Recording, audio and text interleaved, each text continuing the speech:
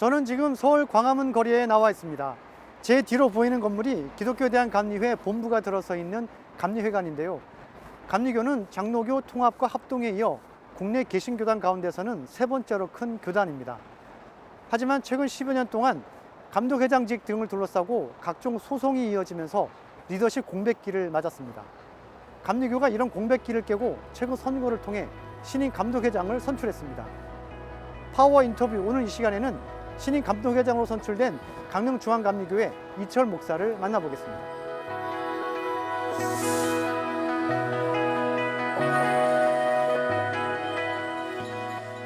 감독회장님 안녕하십니까? 예, 안녕하십니까? 예, 먼저 이번 감리교 감독회장 선거에서 압도적인 표차로 당선이 되셨는데요. 먼저 소감 한 말씀 부탁드리겠습니다. 소감,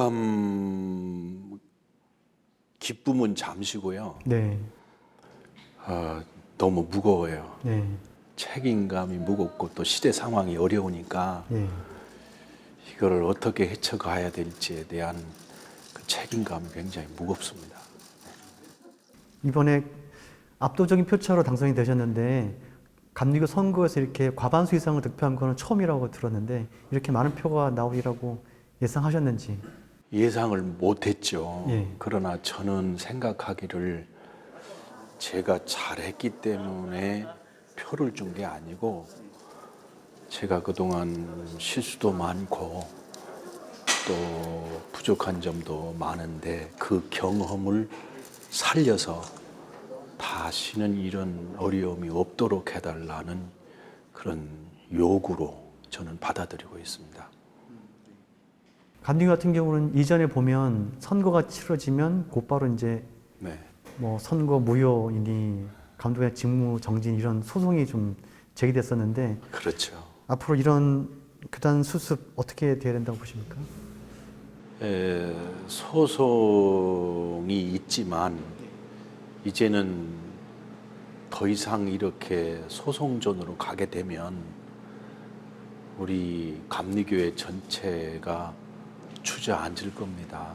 그래서 이 문제에 대한 심각성을 오랜 세월 동안 다 알고 있기 때문에 잘 합의하고 또 협력해서 잘 헤쳐갈 수 있다고 저는 생각하고 있습니다. 근데 앞으로 만약에 이런 소송이 또 제기 안 되리라는 보장은 없는데 네네. 제기된다면 어떻게 처리하실 생각이신지 말씀해 주십시오.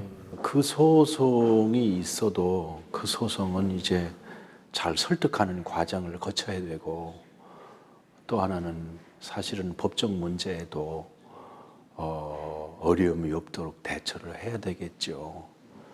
그러나 이번에는 벌써 10여 년이 지났어요. 그래서 상황 인식에 대해서 옛날과는 다르다고 저는 보고 있습니다. 예. 네.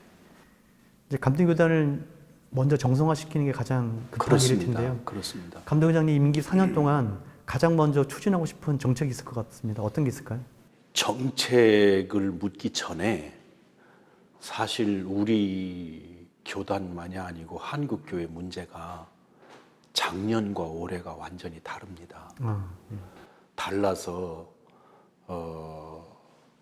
교회가 처한 현실이 너무 엄중하고 거센 도전이 있기 때문에 또 코로나 사태로 인해서 교회가 겪고 있는 현재 상태도 너무 어렵기 때문에 정책을 얘기하기 전에 네.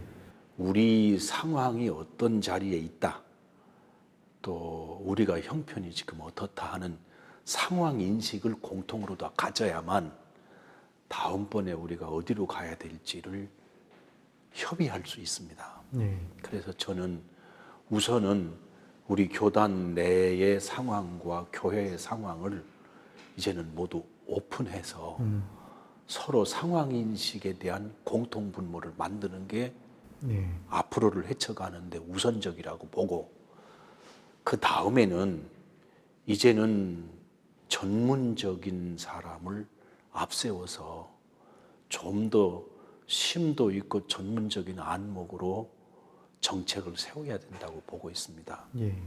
우리가 안고 있는 현안 문제는 굉장히 많아요.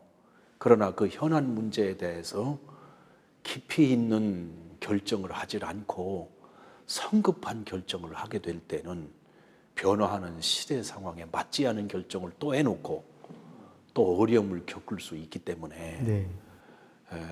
이번에는 상황 인식을 같이 공유하고 그 다음에 전문적인 안목을 가진 사람을 인적 네트워크를 만들어서 네. 점검하고 헤쳐나가고 대안을 제시하는 쪽으로 가려고 생각합니다. 네.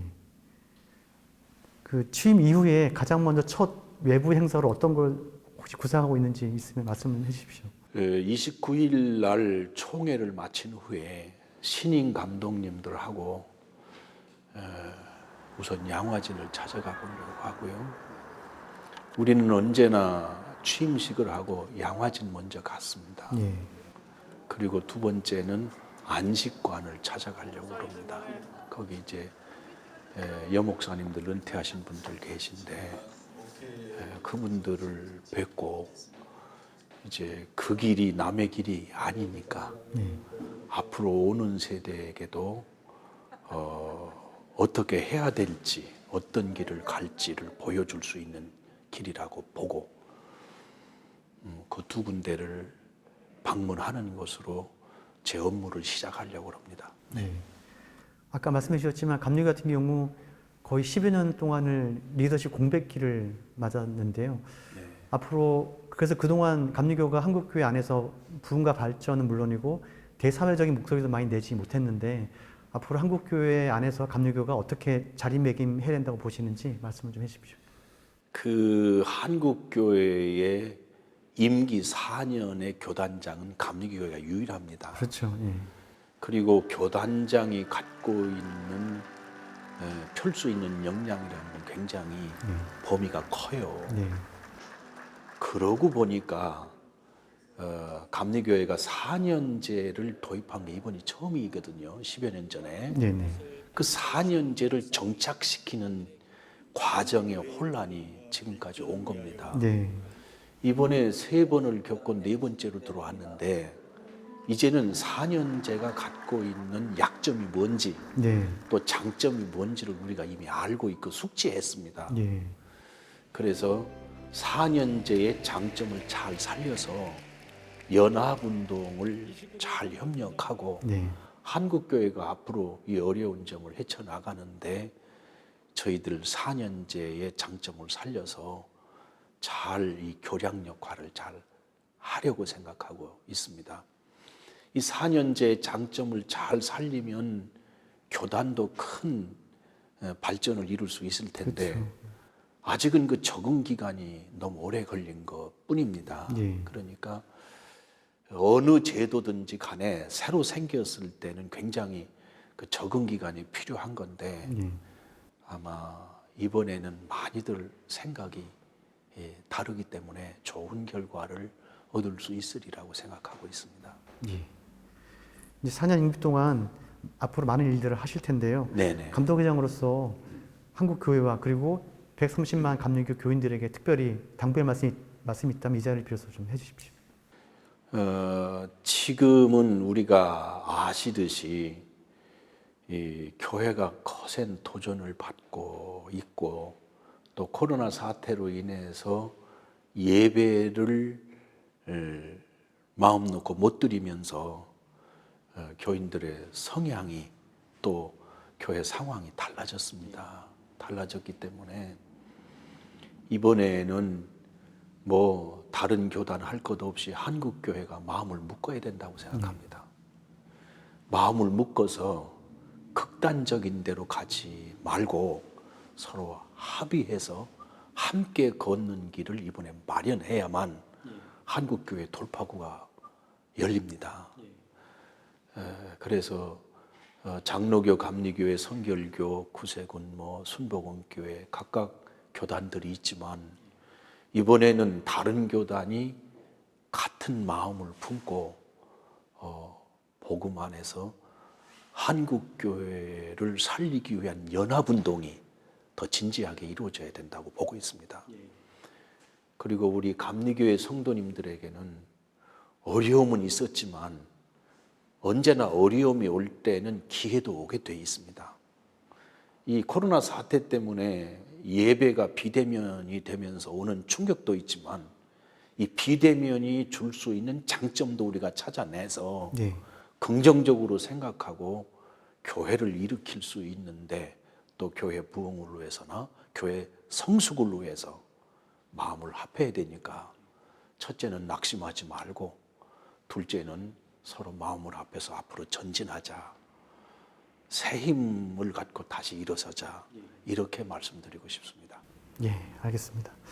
앞으로 감독회장님으로서 이제 감리교를 4년 동안 이끌어 나가실 텐데요. 감리교가 한국교회 발전과 부흥에 크게 선도적으로 큰 역할을 해주기를 저희도 기도하도록 하겠습니다. 예, 저희도- 감독회장님 오늘 말씀 고맙습니다. 네, 감사합니다.